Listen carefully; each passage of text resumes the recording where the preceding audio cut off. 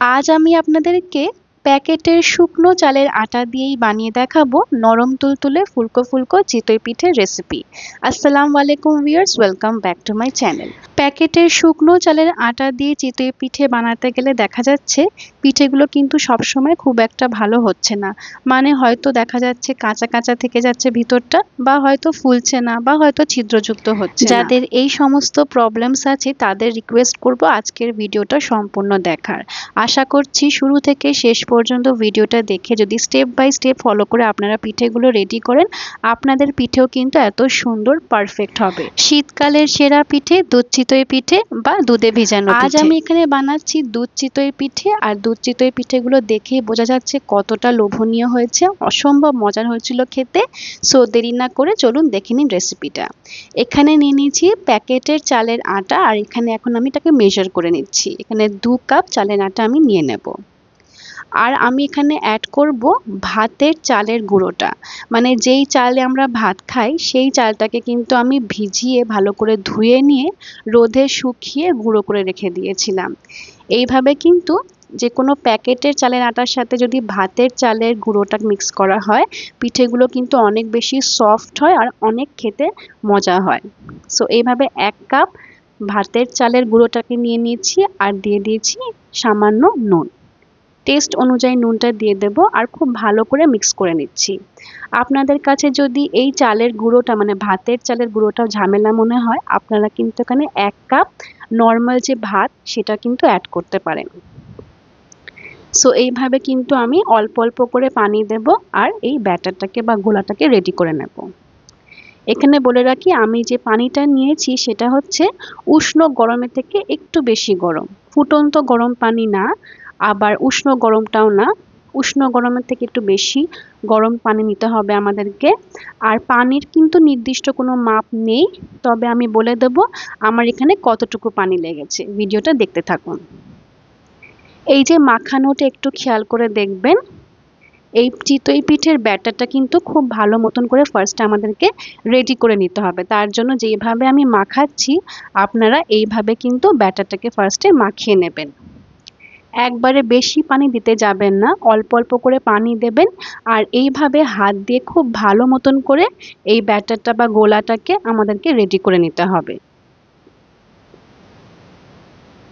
দেখতেই পাচ্ছেন আমি এখানে সময় নিয়ে প্রায় 10 মিনিট মতন খুব ভালো করে এই আটাটাকে মাখিয়ে নিয়েছি ফার্স্টে।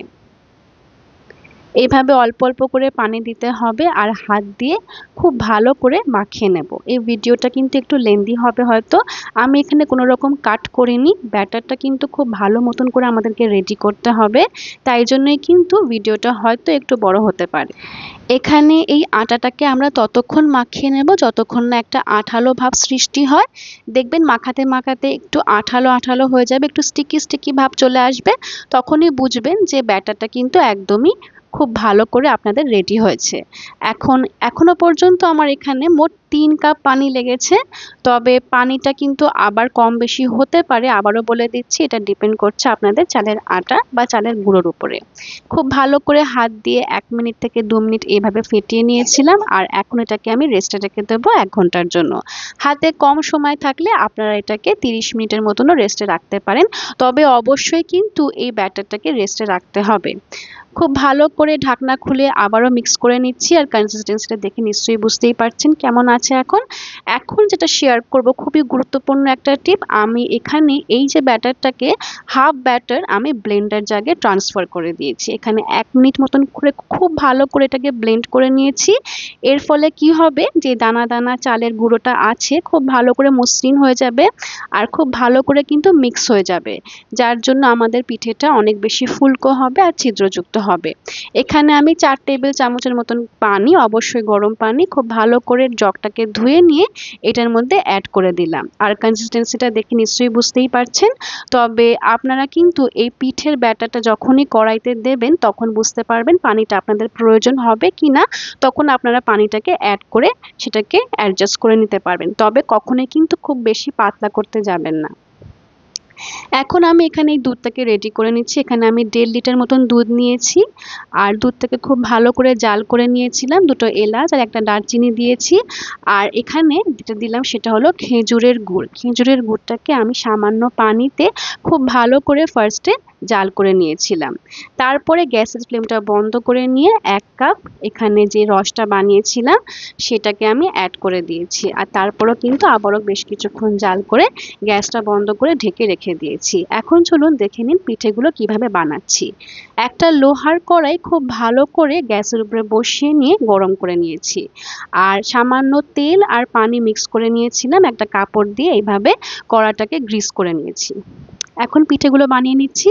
পিঠের গোলাটাকে খুব ভালো করে মিক্স করে নিতে হবে আর এইভাবে 1 হাতা ব্যাটার আমি দিয়ে দিলাম। সাথে সাথে এটাকে ঢেকে দেবো। আমরা এখানে ওয়েট করব 2 মিনিটের মতন আর 2 মিনিট পরেই কিন্তু ঢাকনা খুলে দেখে নিলেই রেডি হয়ে যাবে আমাদের গরম গরম ফুলকো ফুলকো চিতই পিঠে। এখানে একটা খুব ইম্পর্টেন্ট টিপ আপনাদের সাথে শেয়ার করতে চাই, সেটা হলো কড়াইটা কিন্তু খুব ভালো করে আমাদেরকে ফার্স্টে গরম করে নিতে হবে। এটা কিন্তু অনেক বেশি গুরুত্বপূর্ণ একটা টিপ। আপনারা লোহার কড়াই নিন বা যে কোনো মোটা তলার কড়াই নিতে পারেন, সেটাকে খুব ভালো করে হাই ফ্লেমে গরম করে নিতে হবে। তারপরেই কিন্তু আপনারা এইভাবে ব্যাটারটাকে দিয়ে সাথে সাথে ঢেকে দেবেন। দেখবেন পিঠেগুলো অনেক বেশি ফুলে যাবে আর ছিদ্রযুক্ত হবে।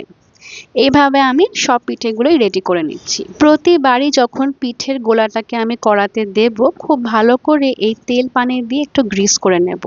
তাহলে কিন্তু পিঠেগুলো আর তলায় লেগে যাবে না, খুব সুন্দরভাবে উঠে আসবে।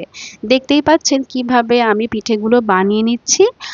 আর একটা কথা বলে রাখি, অনেকেরই এরকম হয় যে চিতই পিঠে সব ঠিকঠাক আছে কিন্তু সবকিছু ঠিক করলেও কি হয়, ফুলতে চায় না অনেক সময়। এখানে একটা আমি ছোট্ট টিপ আপনাদেরকে দেব, আপনারা ট্রাই করে দেখতে পারেন, আশা করছি কাজে লাগবে। আপনারা কিন্তু এখানে হাফ চামচ বেকিং পাউডারটা দিয়ে দেখতে পারেন। অনেক সময় বেকিং পাউডারটা দিলেও কিন্তু যে পিঠেগুলো ফুলতে চায় না সেই পিঠেগুলো কিন্তু অনেক সুন্দরভাবে ফুলে যায়। তবে আমি কিন্তু এই গোলা বা এই ব্যাটারের মধ্যে কোনো রকম বেকিং পাউডার ইউজ করিনি। আপনারা এই টিপটা একবার ট্রাই করে দেখতে পারেন। এইভাবে আমি প্রতিটা পিঠে এখানে রেডি করে নিচ্ছি আর দুধের মধ্যে সাথে সাথে ভিজিয়ে দিচ্ছি। এখানে আরও একটা গুরুত্বপূর্ণ কথা বলে রাখি, দুধটা কিন্তু ভালো মতন গরম হতে হবে।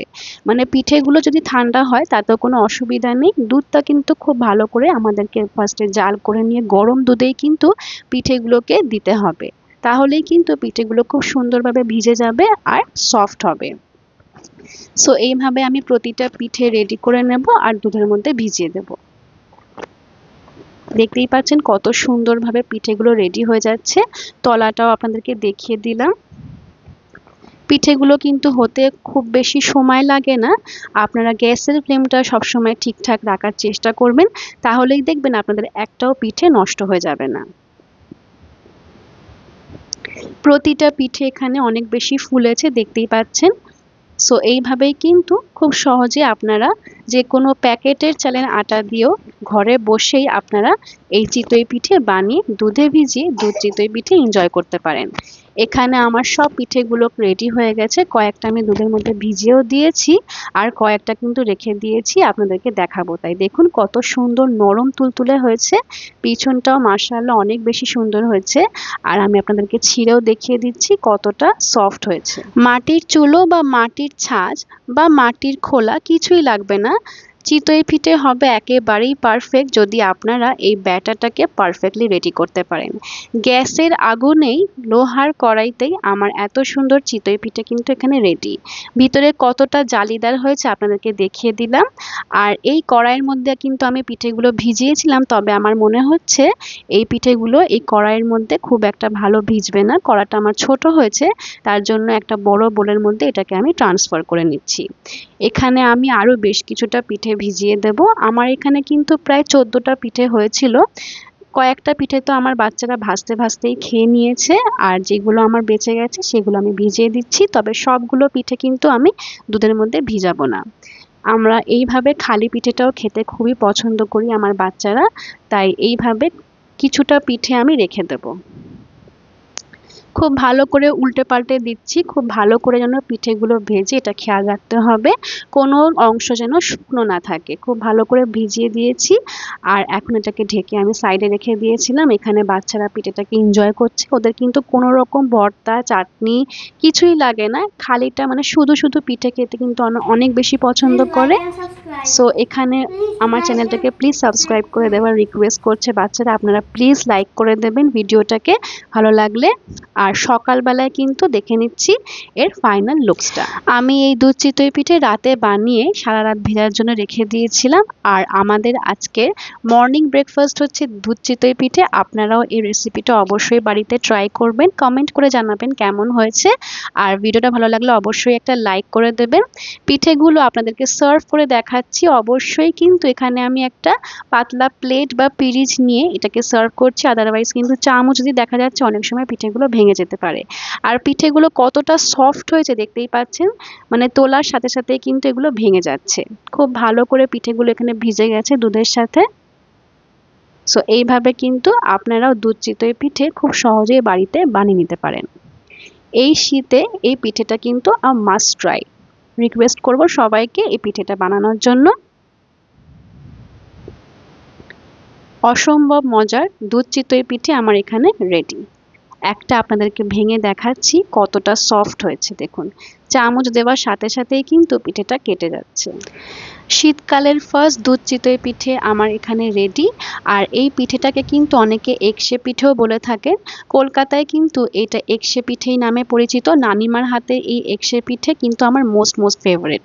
সো এইভাবে আমিও বাড়িতে বানানোর ট্রাই করেছি, আশা করছি আপনাদের ভালো লেগেছে। ভালো লাগলে প্লিজ একটা লাইক করে দেবেন, সবার সাথে শেয়ার করে দেবেন আর আমার চ্যানেলটাকে সাবস্ক্রাইব করে দেবেন। সবাই সুস্থ থাকবেন, টেক কেয়ার, আল্লাহ হাফেজ।